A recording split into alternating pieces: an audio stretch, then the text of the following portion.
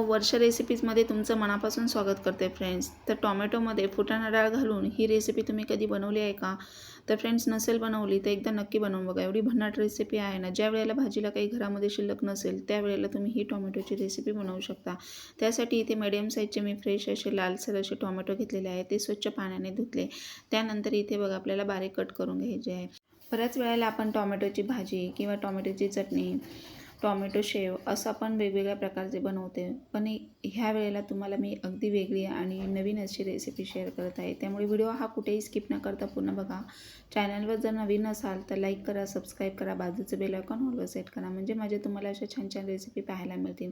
आता हे आपण टोमॅटो बारीक कट करून घ्यायचे आणि नंतर ते एका मिक्सर जारमध्ये काढून घ्यायचे आहेत.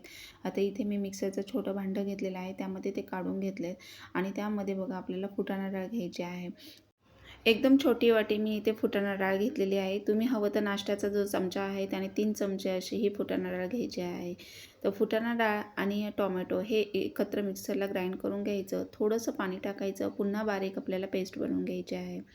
तर हे असं व्यवस्थित मी पुन्हा आता मिक्सरला फिरवून घेते. थोडंसं पाणी त्यामध्ये ॲड केलेलं आहे.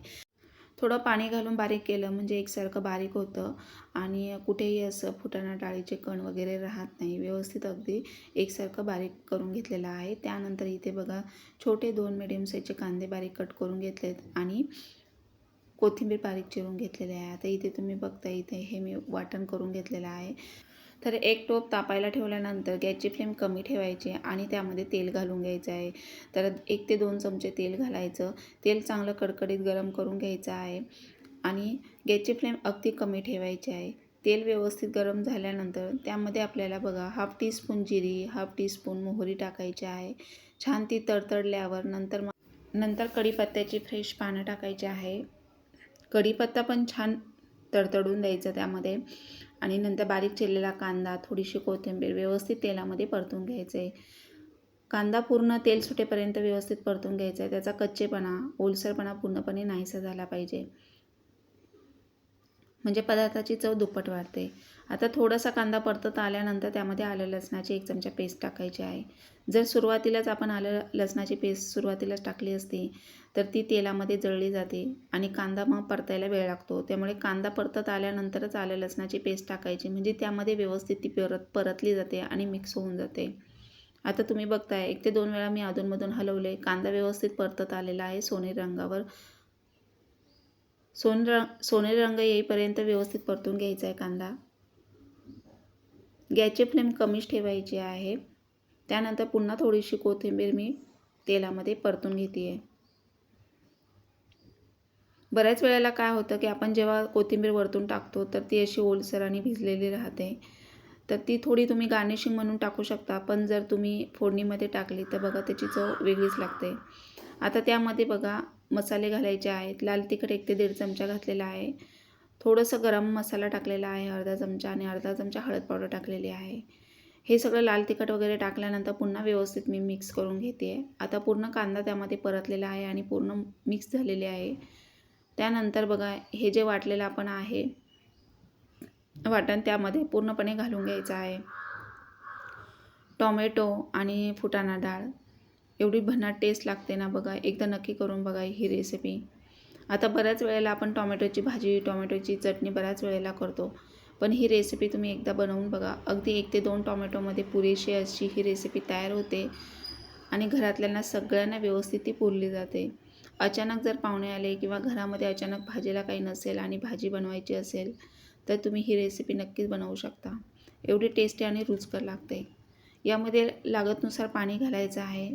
जेमतेम तुम्हाला जेवढ्या क्वांटिटीमध्ये बनवायचे तेवढं पाणी घालायचं आहे त्यामध्ये. आता थोडीशी कोथिंबीरसुद्धा मी वरतून टाकलेली आहे. गार्निशिंग म्हणून तुम्ही थोडी कोथिंबीर वरतूनही टाकू शकता. काही फोडणीत टाकायची म्हणजे चव अगदी अप्रतिम होते.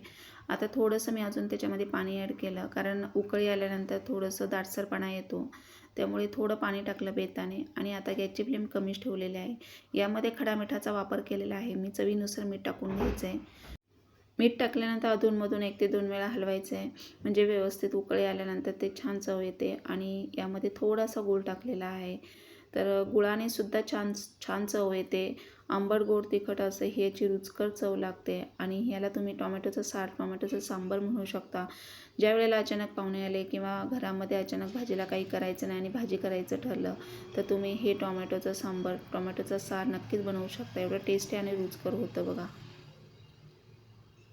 तर मी एकदा बनवलं, घरातल्यांना खूप आवडलं, त्यामुळे मी ही दुसऱ्यांदा बनवत आहे आणि म्हटलं चला तुमच्यासोबत ही रेसिपी शेअर करावी. तर एवढं टेस्टी आणि रुचकर हा टोमॅटोचा सार लागतो ना, तर बघा खरंच तुम्ही नक्कीच बनवा 100% बघितल्यावर. बऱ्याच वेळेला आपल्याला भाजीला काही करावं सुचत नाही आणि त्यावेळेला आपण अडून बसतो. तर अशी ही तुम्ही टोमॅटोची रेसिपी बनवू शकता. व्हिडिओ आवडला असेल तर लाईक करा, सबस्क्राईब करा, तुमच्या मित्रमैत्रिणींमध्ये शेअर करायला विसरू नका. तर आता टोमॅटोच्या सांबारला उकळी आलेली आहे. मी गॅस ऑफ केला आहे. तुम्ही बघू शकता एवढं छान तयार झालेलं आहे. दाटसरपणासुद्धा आलेला आहे आणि चव तर विचारू नका. एवढी अप्रतिम चव लागते. नक्की ट्राय करून बघा. थँक्यू.